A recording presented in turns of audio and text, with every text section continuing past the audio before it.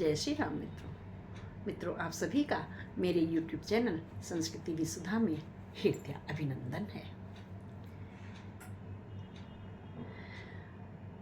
आप सभी को द्रौपदी का प्रस्ताव कैसा लगा है? निसंदेह ही बहुत उचित सीख दी है। हर स्त्री यही बोलना चाहेगी, यही कहना चाहेगी। लेकिन रावण अहंकारी, क्या किया है उसने? इसे जानने के पहले कृपया मेरे चैनल को लाइक एंड शेयर अवश्य कर दें। सुनकर अगर अच्छा लगे तो उसे आगे तक, युवा पीढ़ी तक अवश्य पहुंचाएं। तब रावण मैं सुता उठाई, कह लागन निज खल प्रभुताई। सुनते प्रिया व्रथा भय माना, जगजोधा को मोहि समाना। वरण कुबेर पवन जम काला, भुजबल जित्यु सकल दिगपाला। देव दनज नर सब बस मोरे, कवन हेतु उपजा भय तोरे। नाना विद तेहि कह से बुझाई, सभा बहोरी बैठ सो जाई। मंदोदरी हृदय सिका जाना, काल बस्य उपजा अभिमाना। सभा आई मंत्रिन ते बूझा, करब कमन विधि रिपु में जूझा। कहि सचिव सुन निश्चर नाहा, बार बार प्रभु बूझऊँ काहा। कहूँ कमन भय करई बिचारा, नर कर्प भालु आहारी हमारा। सबके बचन समन सुनी, कह प्रहस्त कर जोरी। नीति विरोध न करी प्रभु, मंत्रिन मति अति थोर।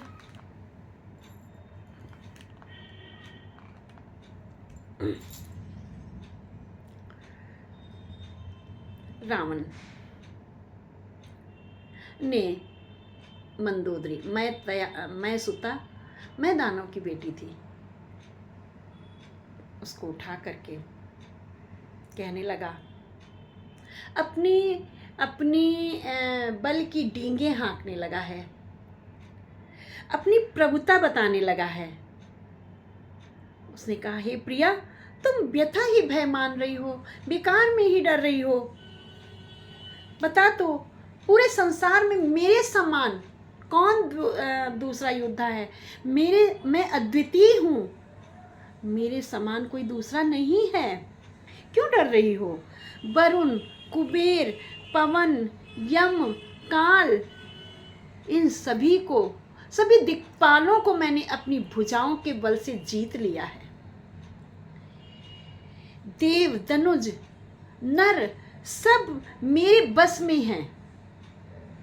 चाहे देवता है, चाहे दानव है, चाहे मानव है, किन्नर हैं, गंधर्व हैं, यक्ष हैं, सब मेरे बल पर हैं, मेरे बस में हैं। कमन हेतु उपजा भय तोरे, किस कारण से तेरे मन में भय उत्पन्न हो गया है?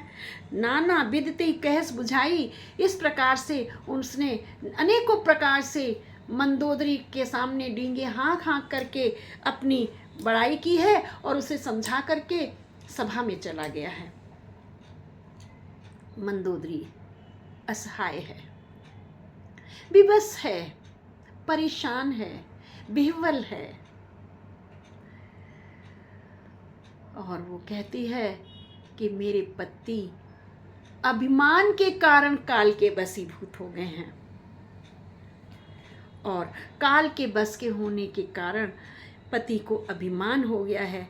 अब इन्हें कोई नहीं बचा सकता। अत्यंत परेशान है, अत्यंत परेशान है। रावण सभा में आता है, मंत्रियों से पूछता है, बताओ क्या किया जाए? सेना पार में आ गई है, समुद्र के किनारे आ गई है, पार करके आ गई है। बार बार मैं कहूँ, मित्रों, एक बात अवश्य है, जहाँ पर चमचे होते हैं ना, वहाँ विनाश ही होता है।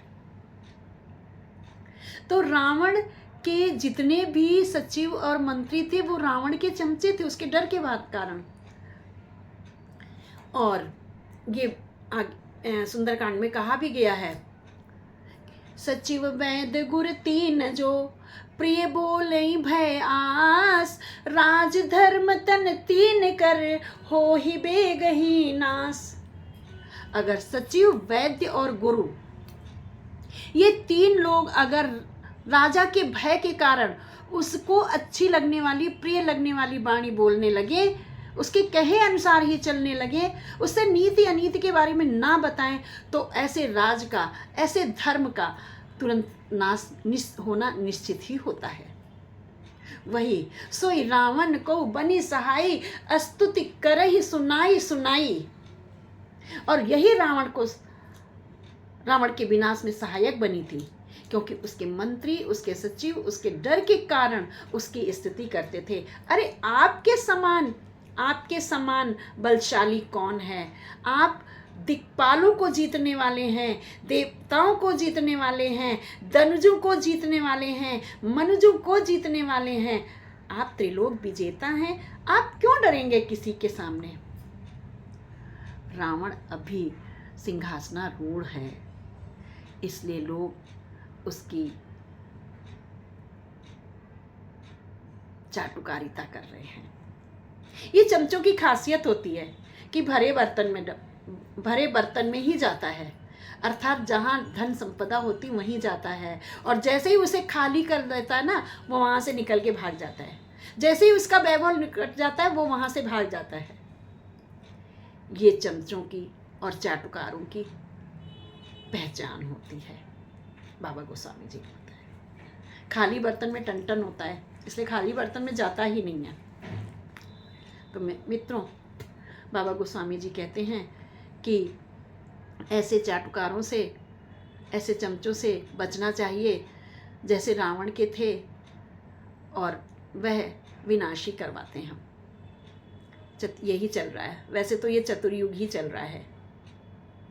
लोग अपने आप को बहुत चतुर समझते हैं रावण की तरह, और विनाश करवा लेते हैं। तो हमें ये ग्रंथ सिखाता है कि हमें इससे बचना चाहिए, और अपने जो बड़े लोग हैं उनकी राय मानना चाहिए। रावण ने अपने नाना जी की भी बात नहीं मानी थी। तो हमें बड़ों की सलाह सम्मति से कार्य करना चाहिए। यही हमें रामायण सिखा रही है। मित्रों, ये बात आप लोग को कैसी लगी है कमेंट बॉक्स में लिखकर अवश्य बताएं। बोलो राजा रामचंद्र की जय।